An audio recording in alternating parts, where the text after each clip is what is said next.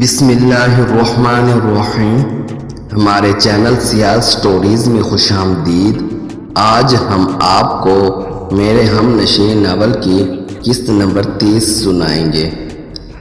اچھا، میں بس 15 منٹ میں فریش ہو کر آتا ہوں، اس وقت تک تم بھی اپنا حلیہ ٹھیک کر لو، پھر میں تمہیں تمہاری امی کے گھر لے چلتا ہوں۔ وقاص نے جلدی سے اٹھتے ہوئے کہا اور فریش ہونے چلا گیا۔ نویدہ آئینے کے سامنے جا کھڑی ہوئی۔ اسے آج اپنا وجود بیکار سا لگ رہا تھا، ایسا وجود جس کی زندگی کا کوئی مقصد ہی نہ تھا۔ اسے اپنے وجود سے گھن آنے لگی۔ یہ وہ وجود تھا جس نے دوسروں کی زندگی میں کانٹے ہی بوئے تھے۔ اس نے اپنے بالوں کو سمیٹا اور اپنا حلیہ درست کیا۔ اس دوران وہ بار بار اللہ سے دعائیں کرتی رہی کہ یا اللہ امی ابو ٹھیک ہوں۔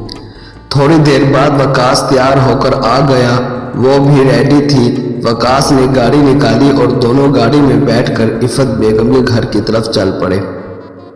جب وہ اپنی امی کے گھر پہنچی تو شام کا دھندلکا چھانے لگا تھا۔ وقاص اسے چھوڑ کر چلا گیا تھا۔ وہ گھر میں داخل ہوئی، دروازے پر پہنچتے ہی وہ پتھر کی ہو گئی۔ اس کی آنکھیں مارے حیرت کے ابل پڑیں اور وہ پھٹی پھٹی نگاہوں سے سامنے کا منظر دیکھ رہی تھی۔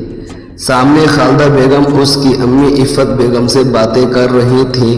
ایسے لگ رہا تھا جیسے وہ غصے کی حالت میں ہیں اور عفت بیگم کو کھڑی کھڑی سنا رہی ہیں۔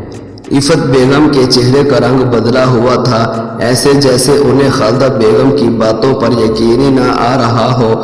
عفت بیگم آنکھوں ہی آنکھوں میں شرمندہ نظر آ رہی تھی۔ خالدہ بیگم باتیں کر کر کے عفت بیگم کو مزید شرمندہ کرتی جا رہی تھی اور عفت بیگم کا سر جھکتا جا رہا تھا اور ساری حقیقت ظاہر ہوتی جا رہی تھی۔ اسے لگا کہ اب اس کا خواب سچا ہو کر رہے گا۔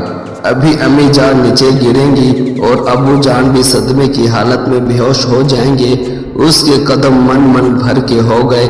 وہ جہاں کھڑی تھی کھڑی ہی رہی۔ وہ اپنے ابو کو ان کی باتیں سننے سے روکنا چاہتی تھی۔ وہ جانتی تھی کہ یہ وقت ابو کے گھر آنے کا ہے۔ آخر وہی ہوا جس کا اسے ڈر تھا۔ ابو جان گھر میں داخل ہو رہے تھے۔ دروازے پر نویدہ کو دیکھتے ہی رک گئے۔ نویدہ پھرتی سے ہی ان کے سامنے آ کھڑی تھی۔ کیا ہو گیا بیٹا، میرے سامنے کیوں آ گئی ہو؟ انہوں نے حیران ہو کر کہا۔ وہ ابو جان آپ اندر نہیں جا سکتے، اس نے جلدی سے جواب دیا۔ وہ نہیں چاہتی تھی کہ ابو جان اس کی امی اور خالدہ بیگم کی باتیں سنیں۔ وہ اپنی امی کو تو صدمے سے نہیں بچا سکتی تھی مگر ابو کو تو بچا سکتی تھی نا۔ اسے پتہ تھا کہ خالدہ بیگم سب کچھ جان چکی ہوں گی اور وہ وہی کچھ بتانے امی جان کو آئی ہوں گی۔ چونکہ وہ ایسا خواب میں بھی دیکھ چکی تھی تو اسے یقین ہو چلا تھا کہ اب گھر میں قیامت آنے والی ہے۔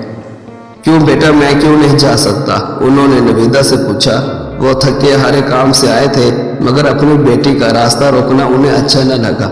وہ جلد از جلد اندر جانا چاہتے تھے تاکہ فریش ہو کر سکون سے بیٹھ سکے، مگر نویدہ ان کا راستہ روکے کھڑی تھی۔ وہ انہیں اندر نہیں جانے دے رہی تھی۔ وہ انہیں روکے رکھنے کا کوئی بہانہ سوچ رہی تھی۔ اس سے پہلے کہ وہ عامر صاحب کو روکے رکھنے کے لیے کچھ سوچتی، اس کے کانوں میں خالدہ بیگم کی آواز پڑی۔ آگے کیا ہوا یہ جاننے کے لیے اگلی قسط کا انتظار کریں۔